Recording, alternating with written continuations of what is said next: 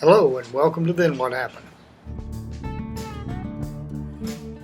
I've talked before about listening, and I know that all of us have trouble with that.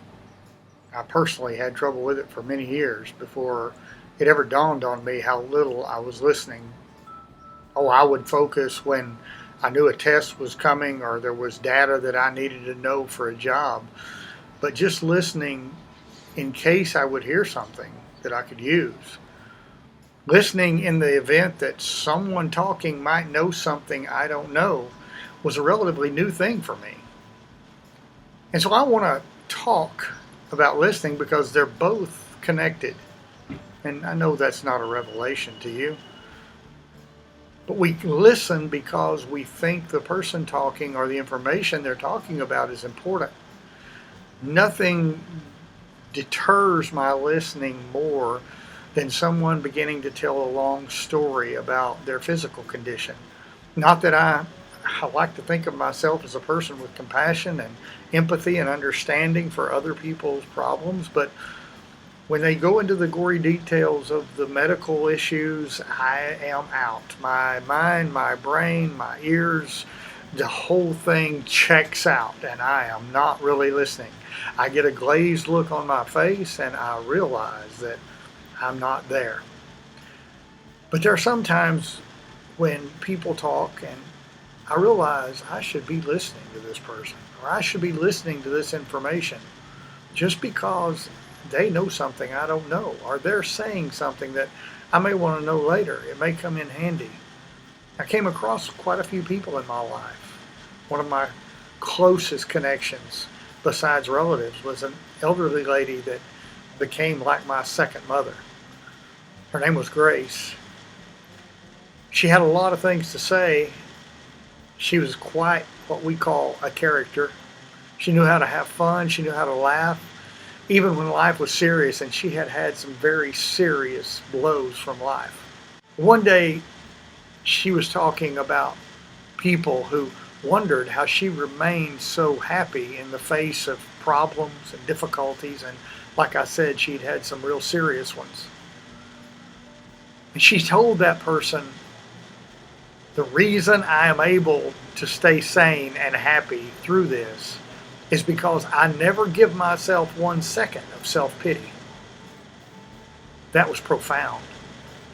I never thought of it that way. But that's just one example of something I've heard that I was listening at the moment, and thank God I was, because I've used that over and over. I'm not going to give myself 1 second of self-pity and fall in that pit. So listening is vitally important. Talking, on the other hand, important. Someone has to be talking. Basically, what I do here on YouTube, on a small scale, what I do for a living, my day-to-day, I talk. I listen to people and I talk to people. Talking is one of those things that is very valuable. That's what separates us from most of the mammals on the planet. Most of the creatures on the planet is our conversation is at somewhat a higher level most of the time, unless we get off some rabbit trail that really doesn't seem to make sense. But talking is important, and if you're talking, it's important to you. Even if you're having fun, even if you're out with friends, even if you're telling a story from 20 years ago, you're talking because there is something that is very important for you. You tell them outside, something like an army tank, I don't know what that was, it just went by. But if we're talking, and the person we're talking to quits listening, stop.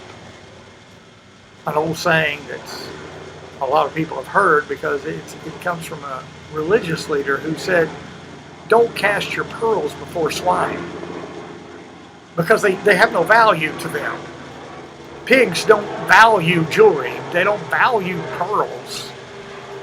And if you cast pearls before the pigs, before the swine, they will trample them. And that speaker, that religious leader went on to say, and they will tear you apart.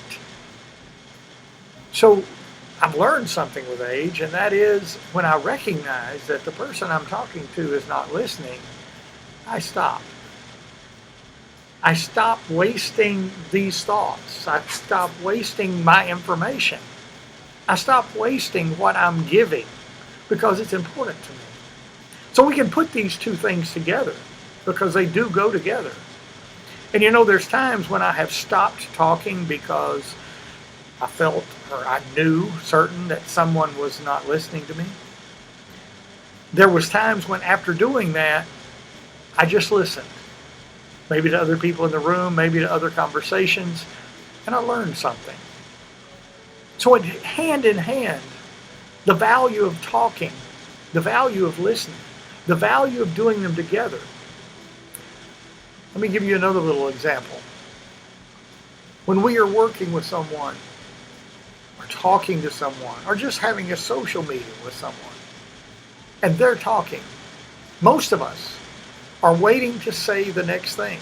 We're thinking about what we're going to say next. We're not absorbing what they're saying. We're not really taking it in. We heard 2 or 3 words. We heard a phrase or two, and we're going to use that as our springboard for our next part of the conversation. Stop doing that. Relax. Give them a chance to speak to the end. Give them a chance to take that breath. Now, you're looking at someone who had to learn this and learn it the hard way, because I was not naturally turned to listen to anyone. In fact, I was a little rebellious and may still be in my age. So listening, talking, and being patient with the speaker. Let them go ahead and give you what they have. And you, when it's to your turn, be aware. They may not have all day to listen, so get to the point. Share what you have to share. Try this on a social scale. I encourage you to try this with your friends. Don't tell them what you're doing, just try it. Then move on to work. Move on to your job or whatever it is that you do on a day-to-day basis. Your profession. Try it there. I can't tell you how many times someone has told me, I like that person. They listen.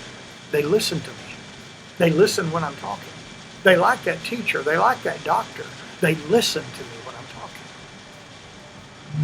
My mom used to always call us by name, and she would say, "You listen to me."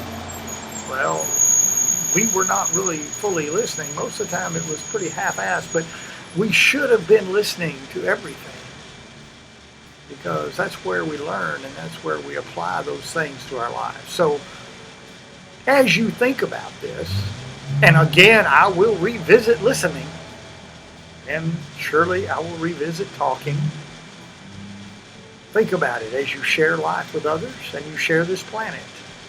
Spend some time, put down the device, close the laptop, turn off the computer, look someone straight in the eyes and listen and talk.